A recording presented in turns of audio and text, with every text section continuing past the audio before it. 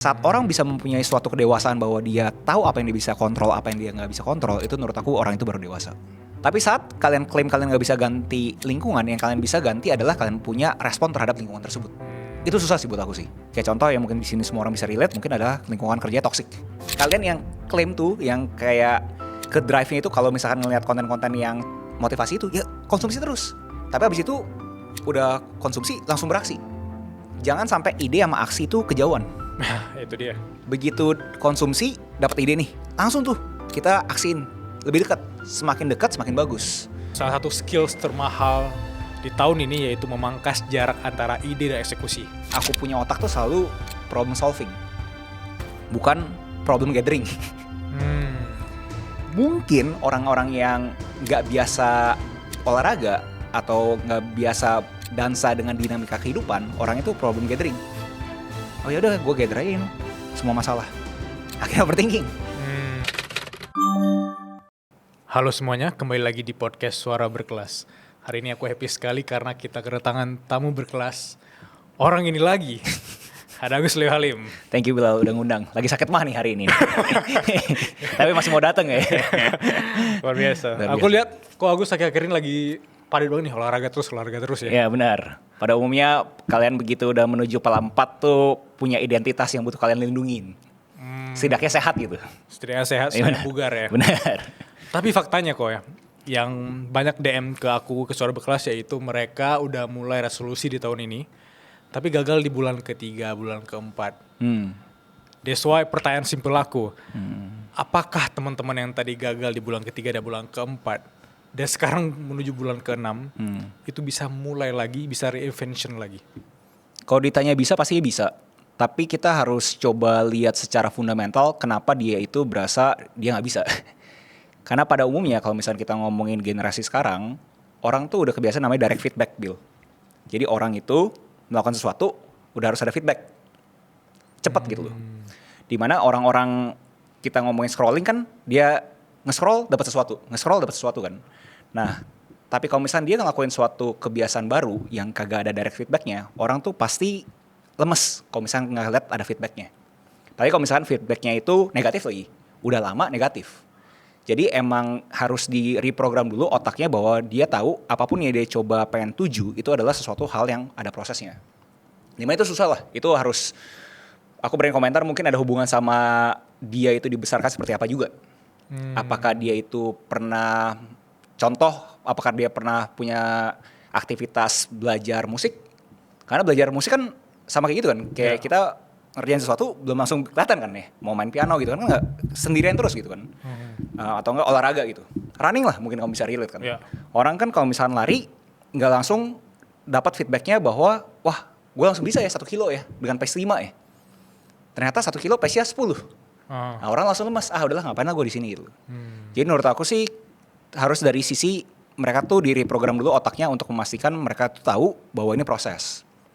Terus udah otaknya itu udah bersih kasarnya, mereka itu baru lanjut ke cara pembenarannya. Kebanyakan orang yang aku lihat nggak bisa mengeksekusi dia punya goal karena dia itu berpikir waktunya tuh lama. Karena kan resolusi pada umumnya kita ngomongin 1 tahun. 1 tahun ya. Pada umumnya. Aku argue, ini ada di bukunya si 4,000 Hours kalau nggak salah, si Oliver Burkeman, dia ada ngomong kurang lebih, aku parafrase, coba breakdownin hari lu itu lebih kecil lagi. Jadi contoh, pada umumnya orang tuh kalau misalnya sehari itu berapa jam, Bill? 24 jam. Dia kasih contoh, coba di breakdownin sampai 3 jam. Jadi contoh doang nih ya, kita ngomongin, kita breakdownin jadi 3 kali. Jadi 8 jam. Oke. Nah jadi 8 jam pertama tuh lo harus ngapain? 8 jam kedua itu lo harus ngapain? 8 jam berikutnya, terakhir itu harus ngapain? Saat lo bisa breakdown hari lo jadi 888 itu, lo ke-trigger hari lo tuh bahwa hari lo tuh pendek. Oke. Alhasil bikin orang itu ke-trigger, oke, gue harus ngerjain ini sekarang nih. Karena kalau misalnya gue gak ngerjain ini sekarang, hari ini lewat. Jadi kalau ditanya bisa atau gak bisa. Dan menurut aku salah satu cara yang sangat-sangat ampuh adalah nge-breakdownin harinya kamu jadi per 8 jam. Wow. Ini saya menarik ya, karena selama ini orang ngelihat bahwa setiap dari kita sama, punya 24 jam sehari gitu, dan ngerasa tidak produktif sama sekali. sebenarnya mereka nggak tahu prioritasnya di mana kan. Tapi kalau udah dibagi 8, tahu nih kapan istirahatnya, kapan produktifnya, kapan overthinkingnya. Dan itu menurut aku bikin orang itu jadi punya unfair advantage. Kamu bayangin orang-orang pada umumnya mikir gue punya 365 hari, ini orang setahun punya 900 hari. Wah. Itu secara kuantitas pasti udah ngalahin yang 365 hari lah. Aku menarik sekali ketika mendengar tentang direct feedback ya. Bagi teman-teman yang gak relate, ya mereka berpikir bahwa aku kan mau berprogres, let's say di gym, itu kan butuh waktu lebih dari 6 bulan untuk ngerasain perbedaannya gitu. Kalau aku nge-gym terus aku ngeliat ke kaca gak ada perubahan, gimana disebut dengan direct feedback? That's why most people quit di sana kali ya. Benar, karena dia ngeliat bahwa nggak ada hasilnya nih.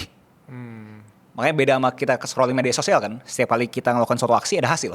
Ya. Terlepas hasilnya itu bagus atau enggak ya. Tapi kan ada hasil tuh, ada hasil. Gimana komentar Ko Agus melihat teman-teman yang mereka nonton Suara Berkelas, mereka baca buku gitu.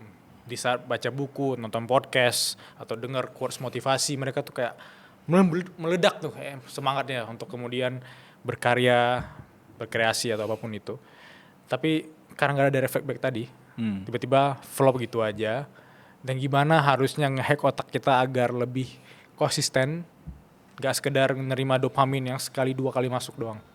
Ngelatih punya kebiasaan untuk kegiatan yang endurance. Endurance itu stamina. Oke. Jadi contoh tadi kita ngomongin musik gitu kan ya. Main piano kan gak langsung pintar kan Bil? Iya. Nah tapi kan harus terus-terusan ngelatih terus tanpa ada feedback yang jelas bahwa sebenarnya gue udah bisa atau belum sih gitu. Nah kita ngomongin juga olahraga lari gitu kan ya. Kita klaim bahwa bisa nih lari 10 kilo tapi ternyata gak mampu. Ya kan? Nggak langsung bisa kan? Yeah. Nah jadi harus punya suatu format di otaknya bahwa emang ini semua tuh butuh perjalanan, butuh jam terbang. Jadi kalau misalnya orang-orang yang nggak bisa relate ke sana, kok agak susah tuh. Karena berarti kan orang itu lebih peduli sama validasi secara eksternalnya. Setuju. Which is menurut aku nggak salah kalau misalnya kalian itu benar-benar bisa nyerap ya. Itu aku berani ngambil peran antagonisnya. Kalau misalkan kalian klaim bahwa kalian itu ngelihat konten-konten yang pamer, yang flexing, terus kalian itu membara motivasinya, konsumsi terus. Kalian yang klaim tuh, yang kayak ke drive-nya itu kalau misalkan ngelihat konten-konten yang motivasi itu, ya konsumsi terus. Tapi abis itu udah konsumsi langsung beraksi. Jangan sampai ide sama aksi itu kejauhan. Nah, itu dia. Begitu konsumsi, dapat ide nih, langsung tuh kita aksiin. Lebih dekat, semakin dekat semakin bagus. Nah tapi kalau misalkan kalian yang tipenya nggak peduli sama validasi secara eksternal, kalian butuh ngelatih, kalian punya kebiasaan dengan yang sifatnya itu motivasi secara intrinsik. Nah angle-nya apa tuh? Kalian punya motivasi secara intrinsik untuk memastikan kalian itu bisa fulfill, kalian punya kebiasaan. Nah di sini juga aku, kalau kamu ingat aku pernah kasih tahu ke orang, kalau misalkan kalian klaim kalian itu nggak punya motivasi secara intrinsik, ya udah, bikin cerita fiktif aja, kalian ngutang. Iya, aku ingat ya. Tapi ada beberapa orang langsung terima itu mentah-mentah. Berarti gue harus cari utang. Enggak kan? Sebenarnya enggak gitu kan konsepnya kan. Itu pun aku juga dapat dari aku punya lingkaran yang bercandain aku lah gitu. Dia lihat aku kok orangnya nggak stres gitu kan. Hidup go with the flow gitu kan ya. Dia bercandain bahwa Gus lu ada utang gak sih? Terus aku jawab nggak ada. Oh pantesan lu hidup lu kemana-mana gitu kan ya. Orang kalau terima mentah-mentahnya pasti mikirnya oh berarti harus utang. Nggak gitu. Maksudnya poinnya adalah gimana caranya kita bikin suatu tekanan di hidupnya kita buat itu kita tuh gerak. Karena kalau misalnya kita cuma punya goal doang, kita di sini nggak ada tekanannya, nggak bisa gerak tuh. Tapi saat kita punya tekanan, terlepas itu fiktif atau kagak, kan pasti gerak kan. Nah aku selalu bilang ke orang-orang motivasi secara intrinsik yang kalian bisa buat, yang nggak fiktif adalah kalian harus bayar utang budi ke kalian punya keluarga. Wow, that's good point. Dana pendidikan harusnya bisa dihitung dong. Dari kalian anak kecil sampai kalian nggak tahu jenjang pendidikan kalian kapan. Itu harus bisa dihitung kan. Itu gak fiktif loh. Kalian emang beneran kalian tuh punya hutang ke keluarganya kalian. Coba deh dalam setahun ini bisa gak sih gue lunasin gue punya utang ini ke keluarga gitu loh. Wah, relate sekali. Motivasi intrinsik itu berarti berakar dari perasaan bahwa kamu itu ingin mengejar goals, tapi gak cuma egois ke kamu sendiri. Bahwa goals kamu itu berdampak bagi orang sekitar kamu. Terus simple kayak keluarga kita sendiri itu ngerasain kecipratan tuh dari effort dan apa yang kita kerjakan hari ini gitu. Setuju. Wah. Dan tadi yang aku catat juga yaitu salah satu skills termahal di tahun ini yaitu memangkas jarak antara ide dan eksekusi. susah itu. Kayak jauh banget nih. Jauh. Orang punya ribuan ide tapi eksekusinya bisa jadi setahun sekali gitu. Iya. Dipangkas jaraknya dan menurut aku orang-orang berkelas tuh yang kayak gini.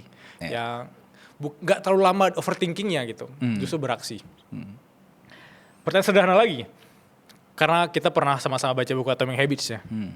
Dia bilang bahwa salah satu taktik praktis untuk membuat kebiasaan baru adalah nikahin dengan kebiasaan-kebiasaan lama gitu. Yang selama ini bisa jadi yang kebiasaan lama itu kamu setengah-setengah, tapi nikahin dengan kebiasaan baru itu bisa jadi combo yang keren gitu. Gimana cara simple bagi teman-teman yang sekarang masih overthinking banget, aku mau mulai lari pagi tapi nggak mau, aku mau mulai Herox tapi nggak mau, setengah-setengah gitu. Kasih cara paling realistis menurut bagus. Kalau berangkat dari bukunya Atomic Habits, aku ingat ya ada namanya 2 Minute Rules. Dimana setiap kali kalian berasa kalian mager, pikir 2 menit aja dulu. Nah itu harusnya bikin kalian punya otak itu nggak bisa mikir. Kayak seakan-akan 2 menit doang, ya udahlah gue kerjain lah gitu. Jadi coba kalian kecilin, turunin kalian punya aktivitas yang biasa 1 jam 2 jam, jadi 2 menit aja dulu. Contoh konkretnya kita ngomongin baca buku. Jangan ekstrim kayak gue harus nyelesain 100 halaman. 2 halaman dulu deh. Kita mau bikin suatu jurnal, nggak usah pikirin 10 halaman langsung. Coba deh gue bikin 1 halaman dulu atau bahkan 1 paragraf dahulu gitu. Saat kalian turunin jadi kecil itu, otak monyetnya kalian yang pengennya kalian tuh nyaman aja, mendadak jadi ciut tuh. Dia berasa, ya cuma 2 menit gue kerjain deh. Gue soal produktif. Nah tapi begitu ada 2 menit itu bakal jadi momentum tuh. Untuk akhirnya dia itu bisa dapetin suatu akselerasi ke aktivitas dia berikutnya. Jadi udah contoh dia udah pikirin, oke, baca buku 2 menit doang gitu kan ya. Udah baca buku 2 menit, dia malah kebablasan nih. Contoh sampai 30 menit. Nah itu kan udah nge-hack tuh, berarti otak gue nih, gue adalah orang produktif. Lanjut ke domino efek berikutnya. Oh dia abis itu langsung bisa lari pagi. Oh abis itu lanjutnya bisa langsung kerja. Nah jadi hal-hal seperti itu yang kalian bisa lakuin, yang bahasa keren itu habit stacking, Bill. Kalau misalnya kalian bisa habit stacking, itu menurut aku sih bisa bikin hidup kalian lebih eksponensial. Bagi orang yang nol banget dengan habit stacking, apa yang harus mereka lakukan di tengah rutinitas sibuk banget? Walaupun tadi 24 jam kita sama, tapi aku gak ada waktu olahraga, Bill. Aku di kantor full, terus pulang malam telat, terus aku langsung tidur, terus besok berangkat lagi. Jadi gak ada waktu nih untuk olahraga gitu. Ini yang aku agak susah ngomongin di dunia maya. Karena orang tuh selalu terima mentah-mentah gitu. Tapi poin makronya adalah, poin abstraknya adalah kalian harus bisa menggabungkan 2 kegiatan jadi 1 kegiatan. Contoh, kalian klaim gak bisa dengerin podcast Suara Berkelas. Gak ada waktu bos, lu suruh gue dengerin 1 jam gimana caranya gitu kan. Coba deh, kalian ada aktivitas menuju ke aktivitas berikutnya, kalian itu ada waktu gak? Harusnya pada umumnya kalau misalnya apalagi yang hidup di kota pasti punya ada waktu dong. Karena kan harus commute. Apalagi di Jakarta gitu kan. Setengah jam 1 jam pasti ada gitu kan. Nah setengah jam 1 jam itu ya kalian pergi sana sambil dengerin Suara Berkelas contohnya. Terus kalau misalnya kalian berasa bahwa bro gak ada waktu buat lari gitu, ya udah dari poin A ke poin B, ke aktivitas kalian berikutnya kalian lari aja. Kalian jalan kaki aja nyari 10.000 langkahnya. Nah itu orang tuh terima mentah-mentah, bro tapi kalau misalkan gua kantornya itu di Sudirman tapi gua rumahnya itu di Cikarang gimana gitu kan. Nah itu yang aku agak susah tuh orang terima mentah-mentah gitu. Poin besarnya adalah kalian harus bisa pastiin dari semua kegiatannya kalian mana yang bisa digabungin. Kalau kita pakai kacamata yang sedikit antagonis, yaitu orang-orang gampang sekali menyalahkan lingkungan mereka ketika habit mereka nggak jalan, ketika goals positif mereka tuh stuck di tengah jalan gitu. Wah lingkungan gue nggak bisa, Bill, nggak mendukung. Wah teman-teman kantor gue nggak ada yang olahraga, Bill, jadi gue ada teman olahraga. Segala hal lebih gampang ngekomplain dunia luar dibandingkan refleksi gitu. Apa komentar kau Agus melihat itu? Pertama, aku berasa orang yang nggak disiplin itu berarti orang nggak setia sama proses. Jadi semua orang yang klaim environment bla bla bla itu menurut aku adalah orang nggak disiplin. Dan fundamental orang nggak disiplin adalah orang-orang yang nggak bisa setia sama proses saat proses itu nggak kelihatan. Saat proses itu nggak kelihatan, yes. Kalau misalkan prosesnya kelihatan, ada hasil, orang kan bisa ngelakuin lagi. Saat hasilnya belum datang, itu susah banget buat setia. Aku setuju. Kita ngomongin mungkin yang semua di sini yang Suara Berkelas nonton dari awal pasti tahu lah Suara Berkelas awal yang views berapa sih? 7, 12. Kalian bayangin kita produksi 1 jam yang nonton cuma 7 gitu kan. Ya itu buat teman-teman kita kan. Iya buat apa gitu kan. Jadi itu adalah saat kita berani masih setia sama prosesnya, itu barulah menurut aku kita disiplin. Tapi apakah environment itu ngaruh? Menurut aku ngaruh. Kalau misalkan di saat itu kita itu nggak kokoh bahwa oke nih, kita ngomongin suara berkelas, nggak punya nih environmentnya bahwa kasih tahu bahwa tetap produksi aja terus gitu kan. Sampai kita tahu akan ada satu titik yang bakal eksponensial. Nggak mungkin kita bisa lanjut, nggak mungkin ada suara berkelas gitu kan. Tapi karena kita punya ekosistem yang tepat, yang kasih tahu bahwa, oh yang ini ya kita kerjain aja terus gitu kan. Akhirnya kita bisa lanjut gitu. Dan itu kalau misalkan aku turunin ke semua aktivitas yang umumnya juga, menurut aku juga sama tuh. Contoh kalau misalkan kita di sekitar kita nggak ada handphone, kita nggak scrolling kan. Iya. Contoh kalau misalkan kita itu ada minum di sini, ya berarti kita langsung minum aja kan. Nah jadi semua kegiatan kita itu memang didetermine, ditentukan, dibantu, diamplifikasikan sama kita punya ekosistem. Semakin bagus ekosistemnya, semakin bagus juga kita punya habit menurut aku. Iya. Aku ingat salah satu part di buku Atomic Habits yang bilang ada salah satu kantin kampus ya, yang menunjukkan rata-rata minuman bersoda gitu.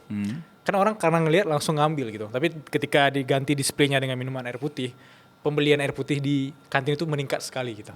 Displaynya sodanya hilang justru. Hilang. Oh, okay. Karena memang orang akan ngelihat apapun di mata mereka dan mereka akan ambil. Kayak misalnya aku ngelihat snack di meja makan aku gitu. Selama ini aku nggak pernah kepikiran pengen makan snack. Karena aku lihat, ya tangan aku nggak tahu kenapa tiba-tiba ambil aku makan gitu loh. Iya. Sepengaruh itu ternyata lingkungan. Tapi kita punya kebebasan untuk memilih mana lingkungan kita dan bagaimana kita bereaksi terhadap lingkungan kita itu kan.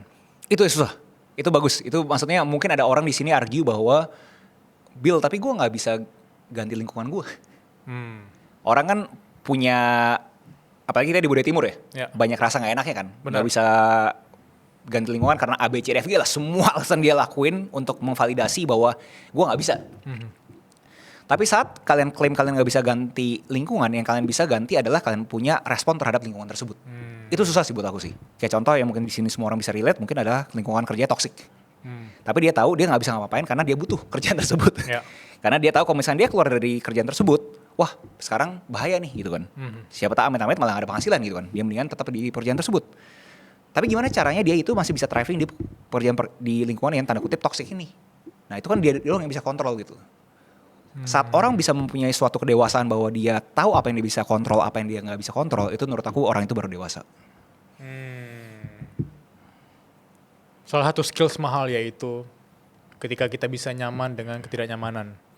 Susah itu. Baik itu di lingkungan, sesimpel punya percakapan ya. Kita sering bahas ini hard conversation dan lain-lain. Untuk mereka yang nggak pernah mengalami fase itu, dan ada studi juga yang bilang Gen Z salah satu generasi yang suka lompat-lompat kayak 2 bulan kerja di sini, 2 bulan kerja di sini karena memang tidak siap dengan mental yang tadi harus lebih terbiasa dengan endurance itu gitu. Kalau kau ketemu dengan Gen Z seperti itu sekarang dan mereka sangat-sangat bingung mau kemana, harus ngelakuin apa, mau ngomong apa? Harus bisa bedain namanya output sama outcome. Itu susah sih. Aku nggak bisa benar-benar mencoba menyederhanakan lagi karena output bahasa Indonesia output, outcome itu hasil, ya kan. Kalian harus mikirin jangan kejar hasilnya, kejar outputnya dulu. Karena pas kalian itu masih muda, kalian tuh harus tahu outputnya itu harus diperbanyak untuk jam terbangnya kalian. Saat jam terbang kalian udah tinggi, kalian akhirnya bisa mendatangkan hasil tersebut. Kadang-kadang kalau misalnya jam terbang kalian tingginya ampun-ampun, yang harusnya hasilnya orang lain, ketarik ke kalian.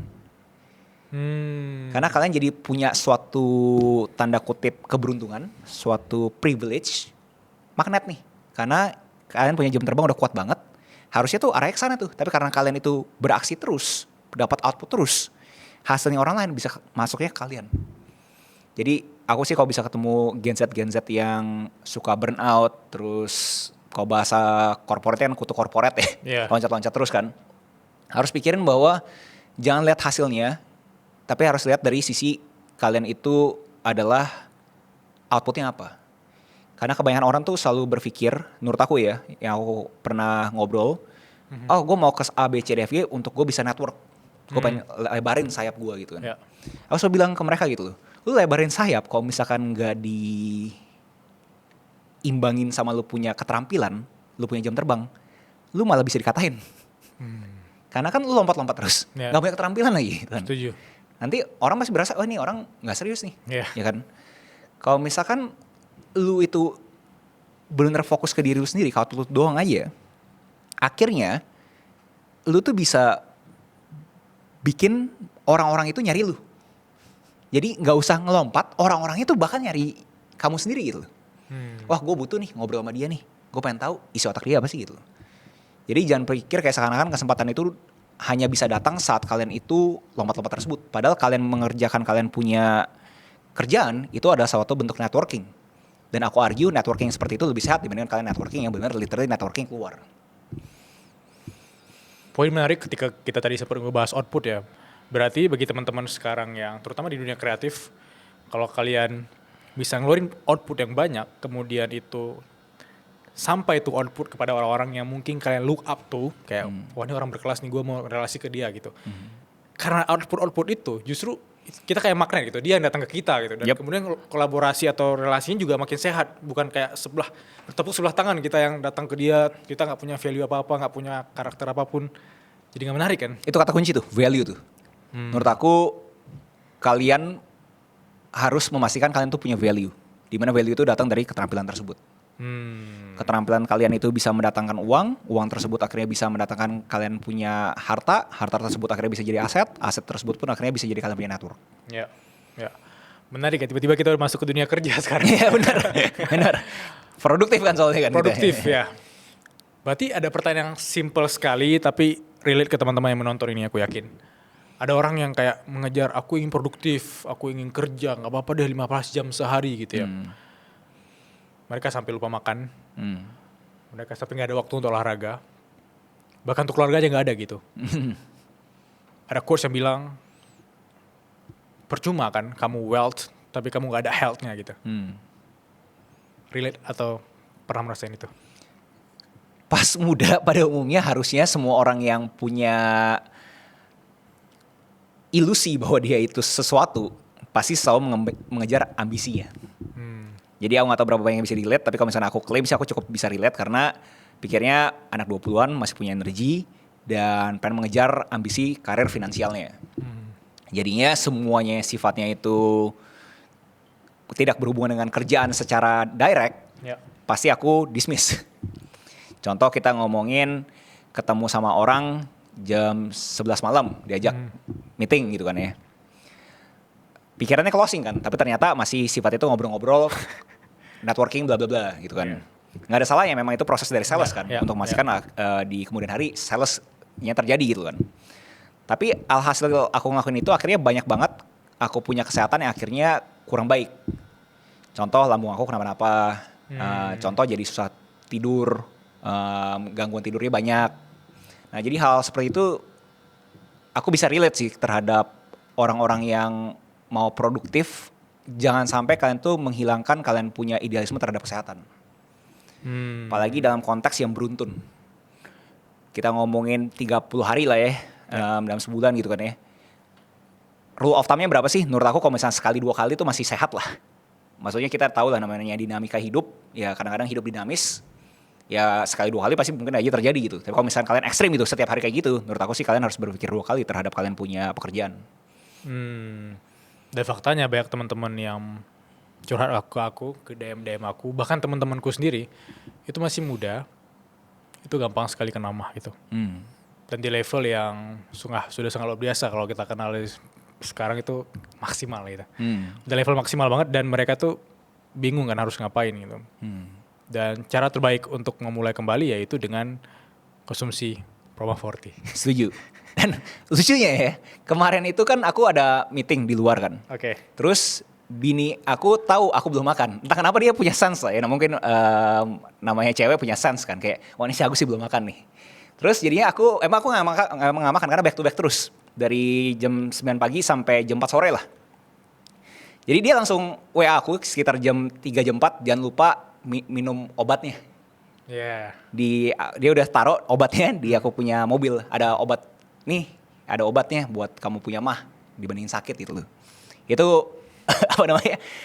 Ya aku pengen echoing bahwa emang kayak gini-ginian tuh kalau bisa tuh disiapin. Jangan sampai kita malah kebablasan gitu loh. Ya, pencegahan sebelum terjadi hal-hal yang kita inginkan ya. Aku tahu sebagai yang menonton podcast ini lagi sibuk banget. Bahkan gak ada waktu untuk cek kesehatan diri kalian sendiri. Makan selalu telat, tidur gak cukup. olahraga aja nggak pernah. Apalagi kalau sibuk kerja yang dibalut dengan kata hustle culture. Hampir 68% orang Indonesia tuh mengalami gangguan lambung di tengah gaya hidup yang nggak teratur. Makan nggak tempat waktu, stres menumpuk, aktivitas fisik berkurang, dan kita semua ada di dalam angka itu. Sebagian besar bahkan nggak pernah sadar. Fakta pahitnya, mah parah nggak datang dengan peringatan. Dia nggak ngumumin dia ada. Dia tiba-tiba datang dan semua produktivitas yang selama ini kamu lindungi mati-matian, itu yang pertama kali hilang. Itu yang aku sebut maksimal. Bukan mah biasa, ini mah yang udah mengganggu hidupmu secara maksimal. Perih yang nggak bisa hilang meski udah makan, mual yang sangat intens, bahkan sampai heartburn hingga nggak bisa fokus dan kerjaan jadi berantakan. Untuk kondisi maksimal, obat biasa nggak cukup. Aku andalkan Proma Forte dengan double action formula, H2 blocker yang menahan produksi asam lambung dari sumbernya, antasida yang menetralisir asam lambung seketika. Bukan satu, bukan dua obat terpisah. Satu obat, dua aksi. Lebih cepat redanya dan melindungi lebih lama hingga 12 jam. Karena untuk sakit yang luar biasa, jangan pakai yang biasa. Selipin Proma Forte. Dan faktanya banyak teman-temanku yang sekarang tuh lagi punya masalah dengan mah. Jadi saya aku bilang ke mereka, lu udah tahu kan harus minum apa, dan aku bilang ya langsung aja Proma Forte gitu. Oke. Dan kalau aku juga relate kan, kayak kalau aku cepat cerita beberapa kali, kayak pencegahan itu lebih penting daripada itu terjadi gitu. Yep. Bagaimana kalau teman-teman yang sekarang sangat sibuk itu nggak bisa menetapkan prioritas untuk peduli terhadap kesehatan dulu gitu. Karena kalau tahu The Verburners teori yang dimana ada dimensi keluarga, ada kesehatan, ada percintaan, orang itu menempatkan kesehatan kadang di nomor 3, nomor 4-nya gitu. Setuju. Terutama pas muda. Terutama pas muda. Yeah. Dan mungkin kita bisa echoing ini gitu. Untuk kemudian hidup ini bisa balance, bisa imbang, olahraga itu harus didepankan. Karena kalau ketika kita sehat, keluarga, pekerjaan dan lain-lain juga terdampak kan. Kalau orang yang bingung untuk mau mulai dari mana, let's say mereka pernah sakit mah sebelumnya, mereka pernah, sorry for saying, obesitas dan lain-lain, mulai dari hal simple dulu, dari mana? Pertama ya diagnosanya jangan self-diagnose. Coba kalau bisa langsung ke beberapa praktisi yang beneran ngerti ginian. Kalau di konteksnya aku memang akhirnya mengadopsi lifestyle yang namanya intermittent. Intermittent, oke. Dimana itu intermittent fasting, dimana aku emang ada puasa dari jam sekian sampai jam sekian. Pada umumnya 18 jam puasa, 6 jam itu baru ada jam makannya aku. Nah jadi aku mungkin setelah mengakuisisi habit seperti itu, akhirnya udah tertata rapi. Body aku juga tahu, tubuh aku tahu kapan aku harus makan, kapan aku harus minum. Nah itu membantu aku juga tuh Bill. Kayak ternyata bisa ya, tubuh aku itu nggak usah setiap 2 jam sekali tuh mencari makanan. Oke. Nah itu ngebantu yang terhadap obesitas segala macam. Dan ngomongin mah segala macam juga jadi mah aku juga udah terbiasa nih. Oke, si Agus itu emang buka puasanya itu jam 12, selesainya itu jam 6. Nah jadi mahnya aku pun jadi terlatih. Nah jadi buat kalian yang di sini ditanya gimana mulainya, kalian harus tahu dulu bentuk jam yang idealnya versi kalian apa gitu. Karena aku juga bukan dokter kan ya. Kalian coba konsultasi ke dokter, ke praktisi yang kesehatan. Kalian punya tubuh itu bisanya seperti apa. Dan kalau kamu ngomongin tadi olahraga, menurut aku jangan kayak seakan-akan olahraga itu dibuat kayak seakan-akan harus yang berat. Kayak entah kenapa ada konotasi, lu olahraga tuh harus berat, harus keringetan. Padahal di sini kalau misalkan kalian pernah lihat konten-konten media sosial, sebenarnya gini aja selama 1 menit. Susah loh. Iya. Coba deh kalian kayak gini, selama 1 menit gitu. Terus bagi lagi 1 menit lagi gitu. Mungkin terkesan kalian kayak, gue bisa lah. Iya. Aku tantang kalian semua yang nonton di sini. Bahkan tuh kamu juga nih, habis ini kita tantang ya. Sekarang deh kalian bikin deh. Coba kayak gini gitu, 1 menit. Itu capek loh gitu kan. Jadi bentuk olahraga tuh banyak. Kayak mobilitas itu juga menurut aku sesuatu yang bentuk olahraga yang sebenarnya kalian itu bisa kerjakan kapan aja. Kalian udah kebiasaan duduk, kalian bangun, terus coba air squat. Kayak jongkok yang kayak WC yang bener-bener nggak ada bangkunya gitu kan ya. Itu tahan sama 1 menit itu juga susah.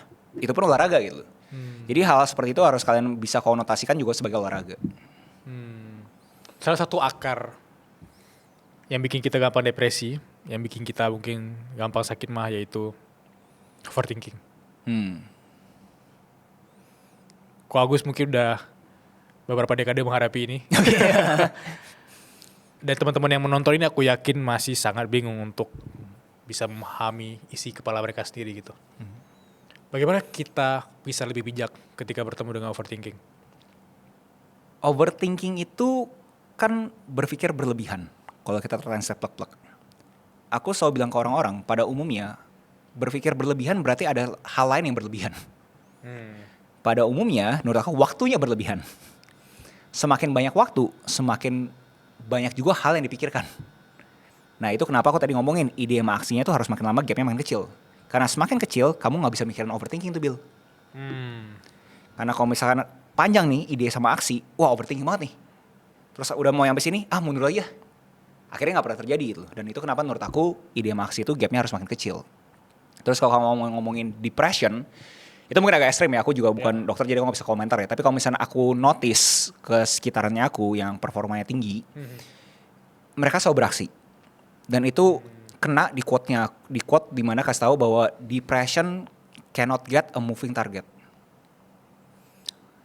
Depresi gak mungkin bisa nyampe ke orang-orang yang gerak terus. Karena gak sempet kan.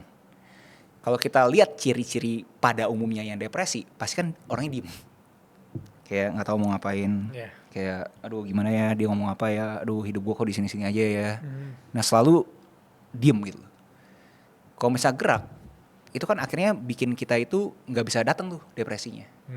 Nah itu menurut aku adalah suatu hack gampang. Dimana setiap kali kalian berasa overthinking sama depresi, yang self-diagnose itu ya, diagnosa pribadi, bukan diagnosa dokter. Kalau diagnosa dokter ya silahkan konsultasi sama dokter ya, tapi diagnosa pribadi, kalian harus bisa pastiin bahwa kalian tuh gerak. Karena begitu kalian gerak, contohnya olahraga, nggak bisa datang tuh.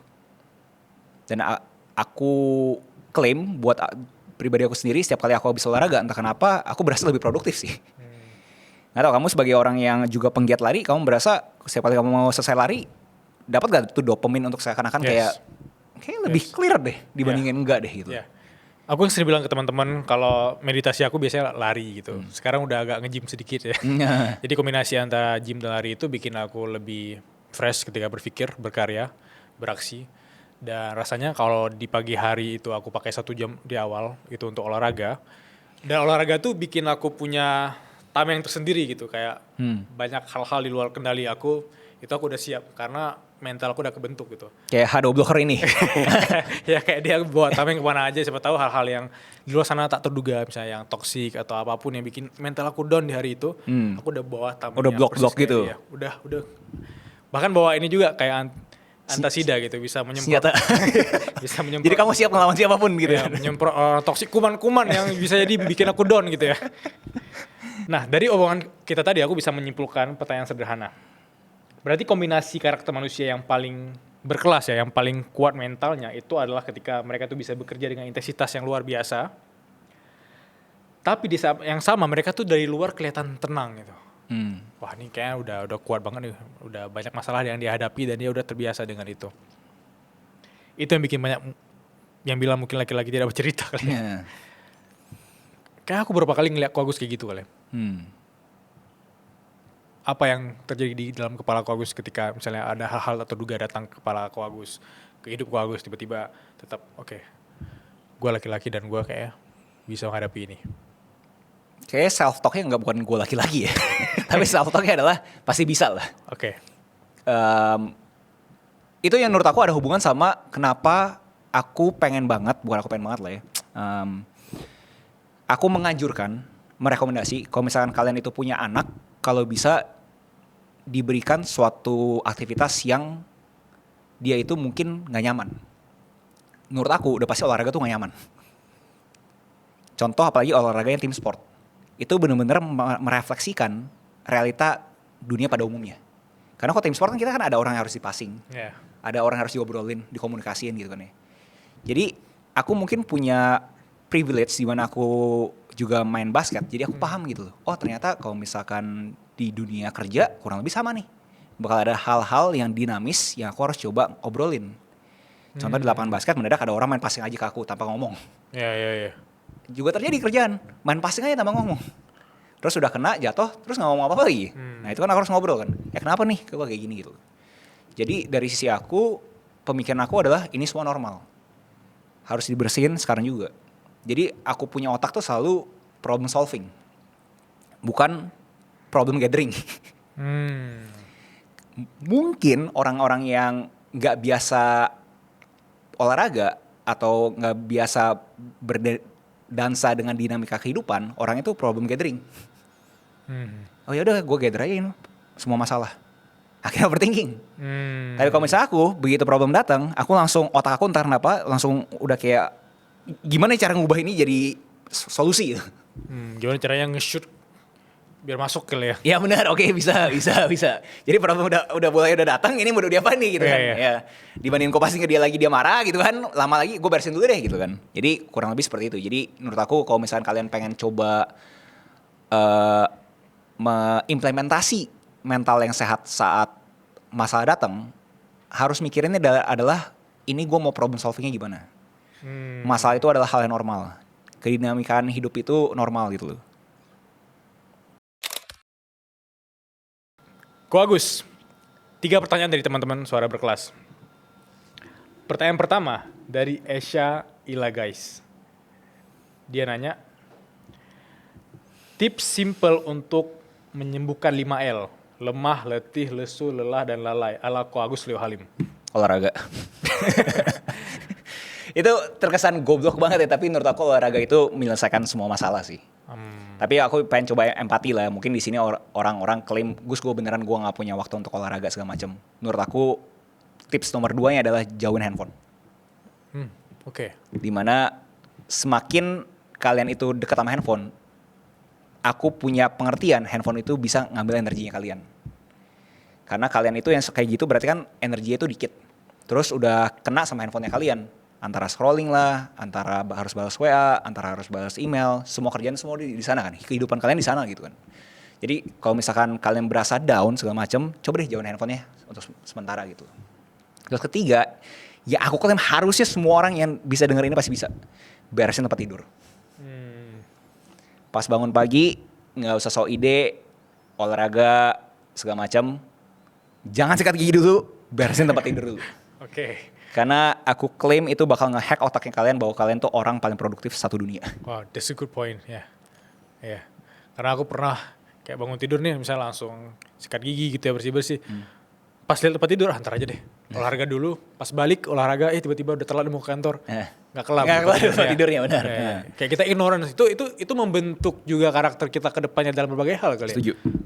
Karena kebiasaan ngeliatin sesuatu yang berantakan, oh ya udah berantakan aja. Toh ntar tidur lagi gitu ya? Benar, toh juga pasti berantakan juga kan. Wah, itu bagus sih. Tapi kalau misalkan kita itu akhirnya udah punya kebiasaan bahwa merapikan, wah itu beda banget pasti. Kamu bilang lelah, itu segala macam pasti hilang. Iya. Lemah, letih, lesu, lelah, dan lalai itu harusnya bisa dimulai dari olahraga dan bersihin tempat tidur. Underrated advice sih, tapi menurutku banyak orang masih nggak bisa. Iya, advice yang terdengar bego kali. Alright, kita ke pertanyaan kedua dari M. Fajar Shifaul Wafa. Jujur saya nggak pernah ngerokok, tapi kenapa setiap harinya saya gampang mageran? Gak apa, bisa jawab aja kok. Oke. Aku nggak pernah seumur hidup, nggak pernah. Jadi aku nggak bisa relate sih. Aku nggak tahu kamu pernah cobain, mungkin kamu bisa ngomong. Tapi aku sih seumur hidup nggak pernah nyobain rokok sama sekali. Emang mungkin dibentuk dari sananya untuk bisa lebih generalisasi, mungkin dari semestanya udah ngebentuk aku bahwa aku emang dari awal tuh nggak punya aspirasi untuk cobain rokok sih. Jadi nggak pernah sih. Tapi kalau yang aku bisa komentarin secara rasional, ngerokok itu kan penglihatan aku kan dia ngisep kan. Terus buangan. Kenapa harus pakai rokoknya? Yeah. Mungkin zatnya itu nggak usah ada. Kalian coba aja belajar. Itu bisa bikin kalian lebih tenang juga loh. Dan mungkin tenangnya produktif.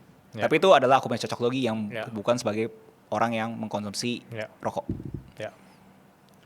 Dan dia nanya lagi tadi, kenapa dia gampang lelah? Apakah masih hubungannya sama olahraga juga? Menurut aku pasti lah. Kebiasaan mempunyai zat kimia yang masuk ke dia punya pernafasan. Akhirnya zat kimia tersebut memberikan suatu ketidaknyamanan ke kita punya organ. Ya akhirnya dia mempunyai suatu hal-hal yang bikin dia itu ya udahlah, malas lah olahraga. Karena dia udah dapat dopaminnya dari hirupan itu kan. Kalau orang tidak ngerokok tapi mageran? Orang tidak ngerokok tapi mageran. Dia nggak punya tekanan berarti dalam hidupnya. Sesimpel itu sih. Pokoknya antara motivasi secara eksternal atau motivasi secara intrinsik. Ya. Pertanyaan ketiga dari Anissa Khairuna. Aku mau mulai lari di tahun ini. Tapi beberapa kali aku baca komentar orang, lu FOMO doang. Jadi aku gak berani mulai. Ada sarannya? Ya kamu juga bisa komentar lah ya. Menurut aku entah kenapa netizen yang nyinyirin olahraga itu FOMO, aku agak aneh sih. Kan bandingin sekian banyak kebiasaan yang jadi tren, kita ngomongin apa? Minuman bergula, ngomongin clubbing. Itu kan juga dulu tren kan? Ya. Itu FOMO juga loh ya kan? Tapi nggak ada setajam ini lah gitu kan. Tapi sekarang orang lari aja dikatain FOMO. Orang main pedal dikatain FOMO. Orang sekarang kalau misalnya kamu ikutin ada yang namanya Hyrox. Olahraga Hyrox sebenarnya FOMO gitu kan. Lah, FOMO-nya dalam konteks apa sih gitu kan? Kayak asumsi itu FOMO pun FOMO-nya kan sesuatu yang positif kan. Menurut aku sih jangan dengerin orang seperti itu. Kamu harus cari orang-orang tuh yang sesuai dengan kamu punya ambisi. Karena kamu masuk ke dunianya yang ngatain kamu, udah pasti akhirnya kamu nggak kerjain gitu. Esok kamu tahu itu sehat, ya kamu kerjain lah. Ke ekosistem yang kamu berasa sama-sama nih. Oh namanya lari itu sehat kok. Oh namanya Hyrox itu sehat kok gitu. Wah, aku bisa tadi kepikiran bahwa konteks fear of missing out ini justru positif dong. Kayak kamu nggak mau missing momen ini sehat gitu loh. Exactly. Yeah. Kamu nggak mau missing ini, semua orang lagi semangat-semangat untuk sehat, dan kamu nggak mau missing untuk dapat relasi yang sehat seperti itu, yang berkelas seperti itu. Iya. Dan aku bingung kenapa orang-orang tuh peduli banget sama netizen ngomong apa gitu loh. Kayak orang yang beneran sehat nggak mungkin ngatain lu FOMO. Oh itu benar. Pada umumnya orang-orang ngatain FOMO ya dia nggak sehat gitu kan. Iya. Ya maksudnya ngomong apa deh, maksudnya lari Hyrox segala macam dibilang FOMO terus kenapa gitu kan. Then what gitu. It's nothing gitu ya, namanya olahraga ya olahraga aja. Atau enggak aku challenge lah gitu orang-orang yang ngomongin FOMO nih sekarang mungkin kalau komentar, lu cobain deh lari 10 kilo bisa gak? Iya. Lu cobain deh ikutin Hyrox bisa gak gitu kan. Susah gitu, itu kan level fitnessnya harus ada gitu kan. Setuju. Iya sih, kayak sekarang apa-apa tuh diarahin ke sisi FOMO, tapi kacamata negatif gitu. Padahal industri olahraga ini kalau dilihat dari sisi bahwa menguntungkan kita yang selama ini mungkin setengah-setengah, justru ada komunitasnya. Justru itu lihat dari kacamata positif. Iya, menurut aku FOMOin kesehatan gak salah guys. Gak salah. Gak salah. Benar. Wah. The worst advice yang pernah aku Agus terima. Dalam konteks? Boleh kesehatan.